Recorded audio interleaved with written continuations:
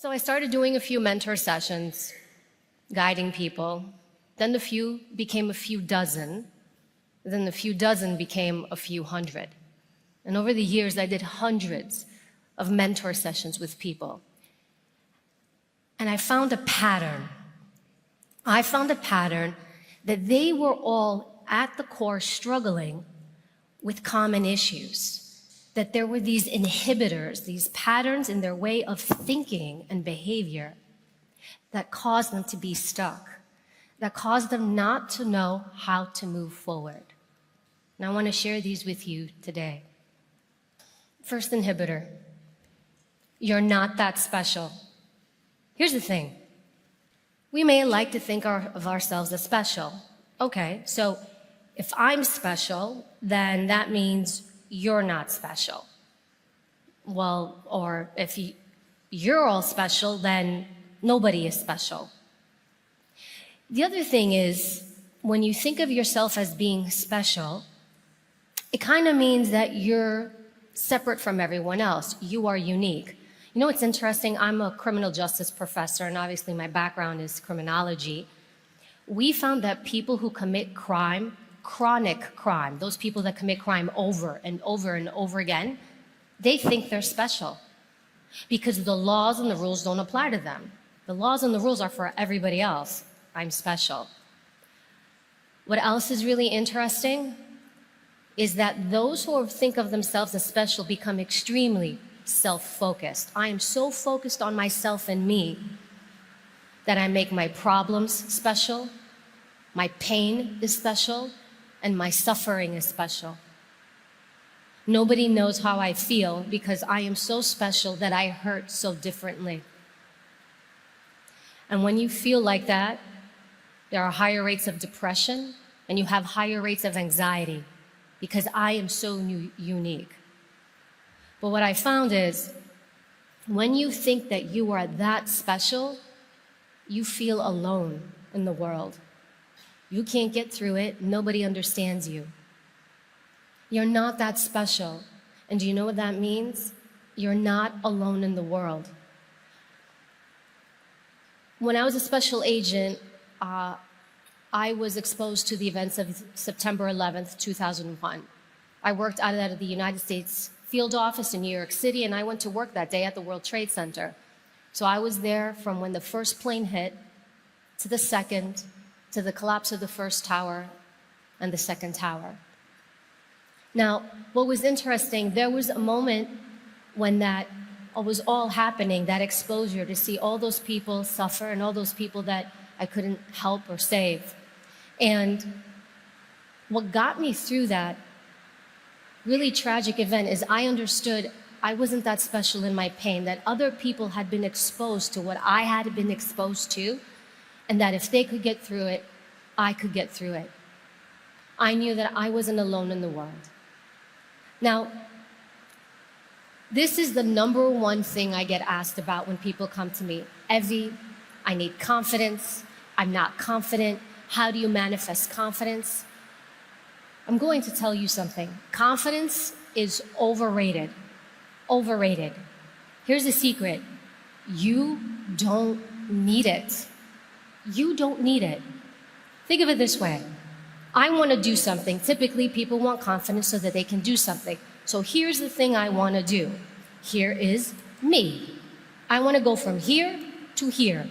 Ideally, I would go this way. Here's my achievement. Boom, I'm done.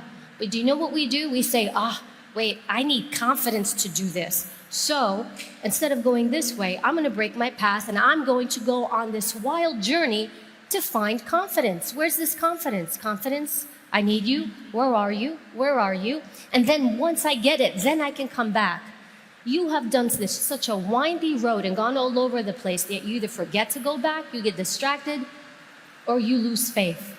And we never achieve what we want to achieve. And with that, one other thing you don't need is motivation. Motivation equals mediocrity. Often people think, I need to be motivated to do something. I need motivation to go work out.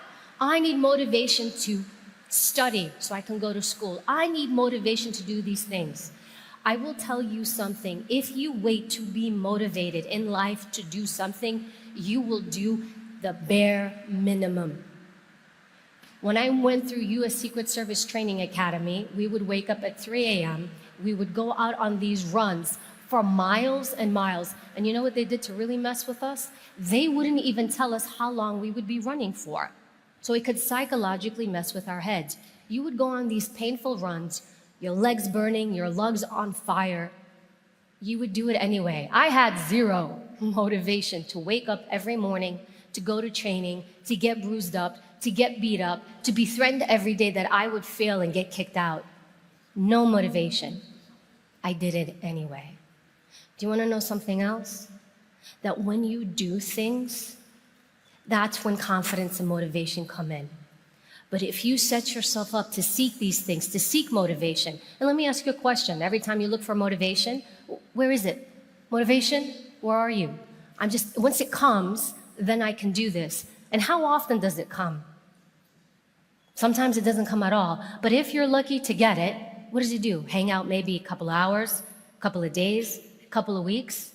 Then what do? You never finish what you start because you need motivation. Another common inhibitor and a trait that I would see in people is the mindset of me being a victim or me feeling like prey.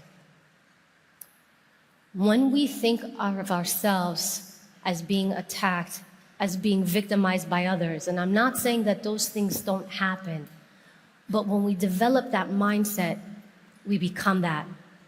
There was a study done in New York City.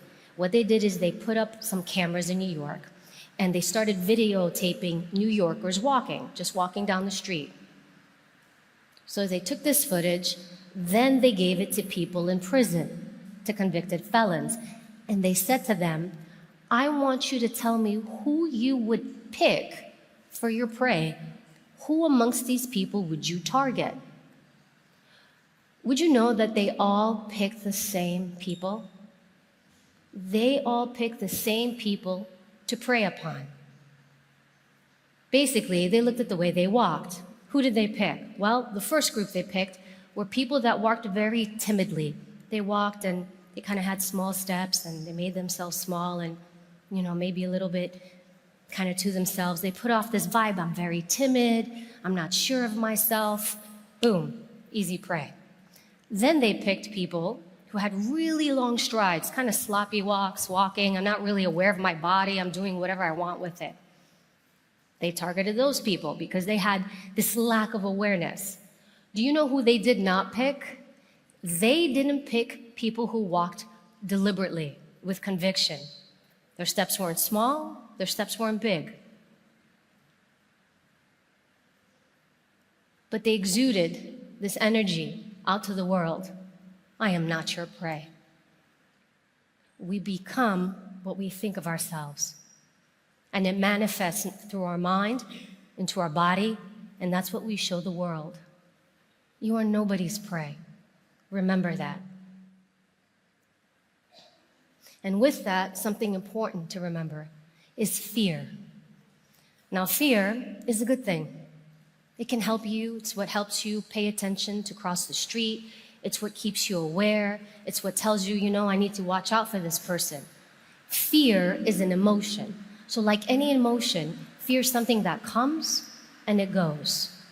It's like anger. You're angry and then it passes.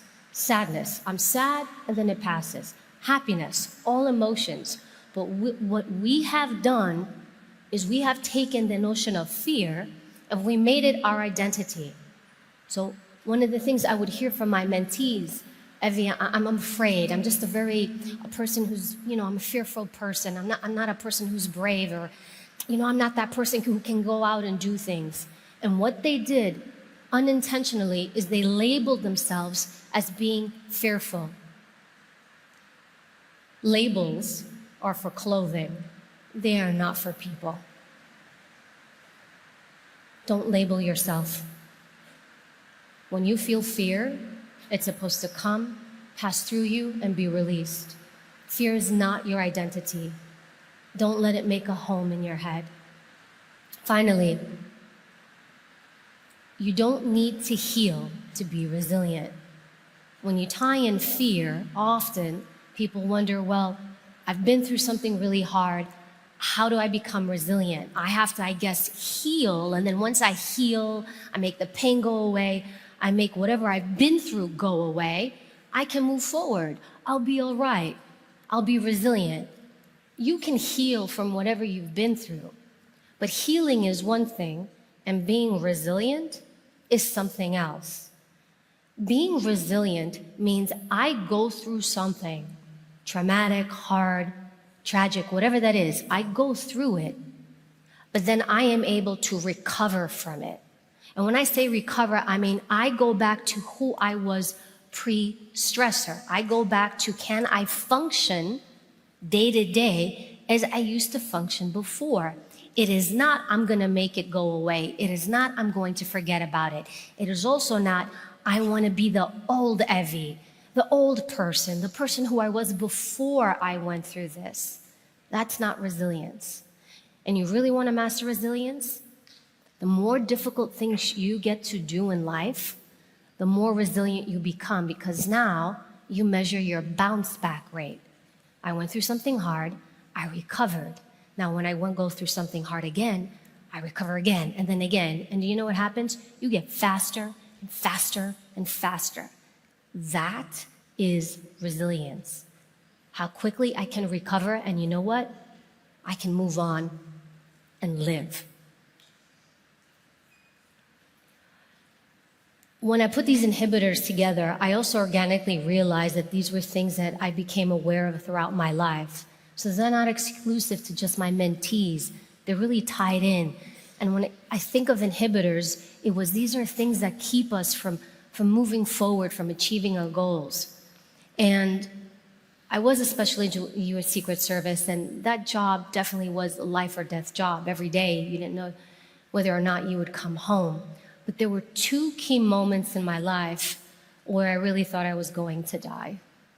The first time I thought I was going to die was on 9/11. And my specific moment was when Tower 1 was collapsing, the first tower.